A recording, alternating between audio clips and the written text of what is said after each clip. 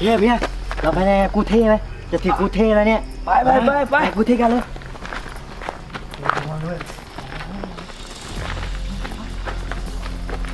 เฮ้ยอยู่ก่อน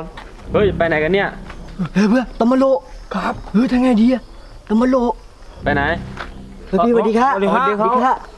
เพื่อผมจะไปยังไงกูเท่ครับ กูเท่ครับ กูเท่ เป็นคนอะไรวะคนไทยหรือเปล่า เป็นคนไทยครับ ไปหา ไปหาผู้กองไป จับหัวนะกูตำมะ ไป โล หาผู้กองไป ตำมะโลโอ้ย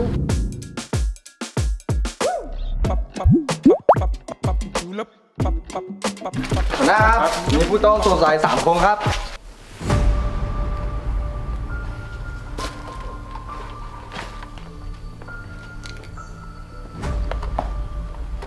แล้วพวกเองเนี่ยเป็นใครวะ เป็นเพื่อนกันครับเพื่อนครับ รู้แล้วว่าเป็นเพื่อนกันเราจะไปไหน มาจะไปทางไงกูเท่ครับเท่ครับไปกูเท่ ไปกูเท่หรอแล้วเป็นคนอะไร คนไทยป่ะ โอ้ไทยแน่นอนครับไทยแน่นอน ครับ ไทยแน่นอนเลย ไม่น่าใช่คนไทยวะทำไมพูดไทยไม่ชัด เพราะผมไม่ได้เหลียบครับ ไม่ได้เหลียบ อะไรนะไม่ได้เหลียบ เหลียบครับเหลียบ อ๋อไม่ได้เรียนใช่ไหม ครับ ไม่ได้เรียนเข้าใจช่วงนี้รู้ไหมคนต่างชาติเนี่ยรับรองเข้าประเทศนะพวกพี่ก็เลยต้องมาเฝ้าอยู่นี่ไงต้องลาดตระเวนว่ามีผู้สงสัยไหมแต่พวกน้องเนี่ยน่าสงสัยนะสงสัยอยู่ แล้วมีบัตรประชาชนไหมบอกว่าเป็นคนไทยอ่ะได้เอามาป่ะ อ๋อ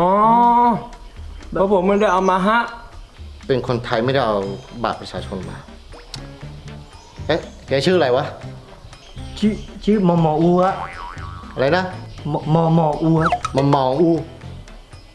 เอ๊ะชื่อแปลกๆคนไทยอะไรวะแล้วไอ้น้องคนเนี้ยชื่ออะไร ชื่อเรียนไหนอูครับ เลนนายอู เรียนไหนอู เลนนายอู แปลกว่ะให้ชื่อ ไม่น่าใช่คนไทยวะแล้วน้องคนเนี้ยชื่ออะไร เกาเทโจครับ อะไรนะกองอะไร เกาเทโจครับ กอทัจจอไม่น่าใช่คนไทย ชื่อคนไทยเนี่ย ไม่ใช่ภาษาแบบนี้นะ พี่ชื่ออะไรพี่ อ๋อ พี่เหรอ พี่เป็นผู้กองนายซาซา อ๋อครับ พี่ไม่เชื่อนะว่าพวกเองเนี่ยเป็นคนไทยอะไม่น่าใช่คนไทย น่าจะเป็นคนต่างชาติแล้วเราเข้าประเทศนั้นแน่เลยเนี่ย แล้วก็จะไปทำงานที่กูเทใช่ไหม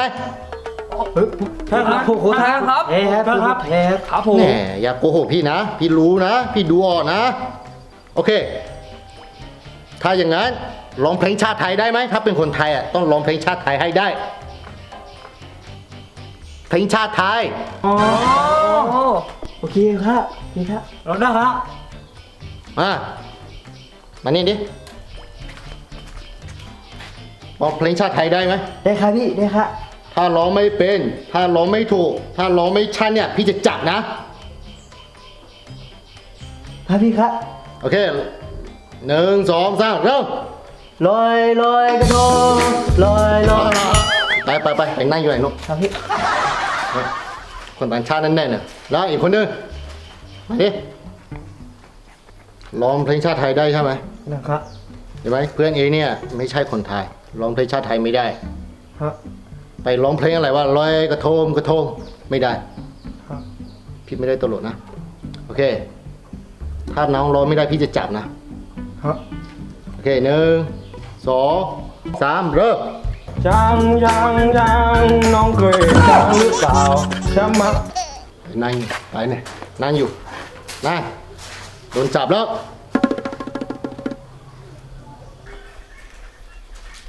1 2 3เริ่ม 14 กุมภากรกฎาคม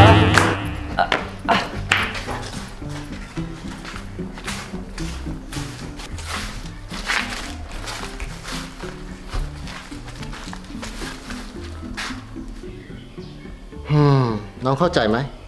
น้องพูดเนี่ยไม่ใช่คนไทย จริงๆก็พี่ก็ไม่อยากจับนะ ปฏิบัติหน้าที่คือหน้าที่เนาะพูดไทยก็ไม่ชัดถ้าพูดไทยชัดเหมือนพี่เนี่ยพี่ไม่จับ พี่ ที่เชื่อว่าเป็นคนไทย ตอนนี้พูดไทยก็ไม่ชัดร้องเพลงชาติไทยก็ไม่ได้ เพราะฉะนั้นเข้าใจใช่ไหม ครับครับ เนาะต้องทำตามกฎหมายเนาะ